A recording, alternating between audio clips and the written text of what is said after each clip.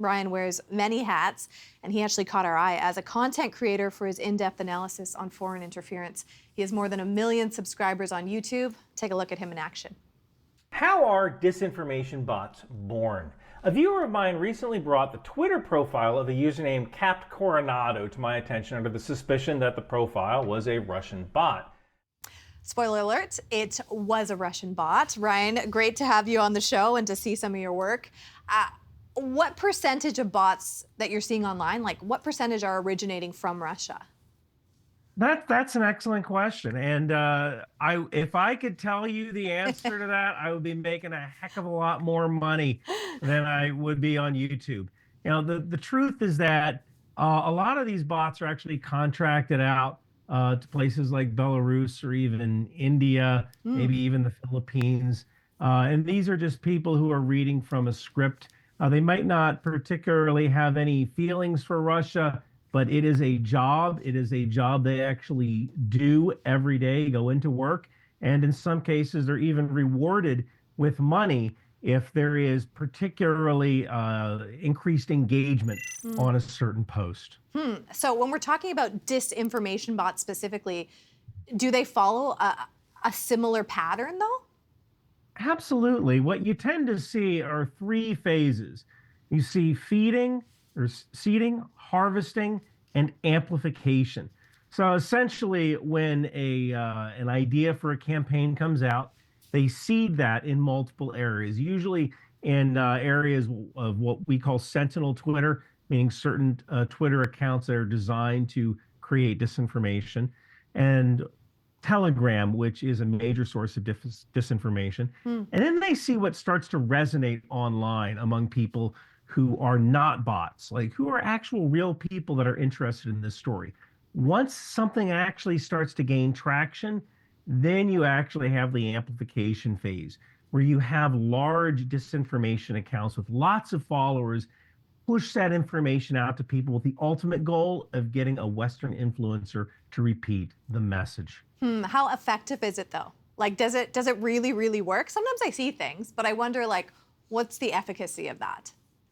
Oh, I can tell you this. The current Secretary of Health and Human Services, which is Robert F. Kennedy Jr., he was tricked into repeating a quote about cluster weapons that was generated by Russia with the intent of getting someone in the U.S. government or in the U.S. media to repeat that quote. And that quote was verbatim, that cluster weapons were horrific munitions. Now, a cluster weapon is no more horrific than a regular bomb.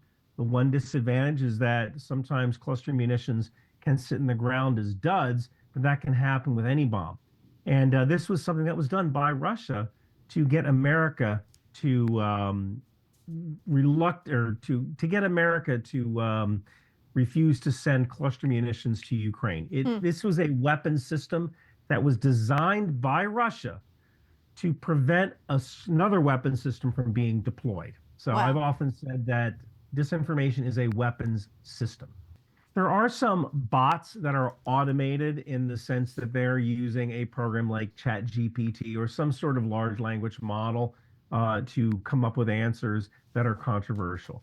Then there are these human bots that are kind of going from a script and are allowed to improvise a little bit. One of the keys that you can see is what is their posting time? Is this person spending all day posting on Twitter to the point where they're posting every 5 minutes, 10 minutes, or every minute, every 2 minutes, and then there is a break, roughly an hour for lunch, and then they start posting again? If they have a high tweet cadence, odds are that person is a bot. High tweet cadence. What are we talking about in terms of like how much? Because some people tweet a lot, right? Well, I've seen it up to 40 tweets a minute. Okay. Or 40 tweets an hour. Okay. Which is a lot. It means this is your job. This is your job. You were sitting here all day stirring up controversy. You brought up influencers. Of course, they can spread extreme narratives. We've seen a lot around Canada should be the 51st state after a lot of that Trump rhetoric. I want to take a look at some right-wing influencers online. Here's one tweet from Tim Pool, and he writes, "After we destroy the Canadian economy, Their will to resist will erode. We will then march in unopposed and deliver Canada to its rightful place as a territory of the US with no political representation. That tweet was viewed more than 2 million times on X. Another right-wing influencer, Ian Miles Chong, says Trump should declare war on Canada and annex it within 24 hours. There was hundreds of thousands of views on that one, Ryan. You know, there was media reports out there that both of these accounts, these people have connections to Russia. Do you think bot farms were involved in amplifying even more those words? And if so, how?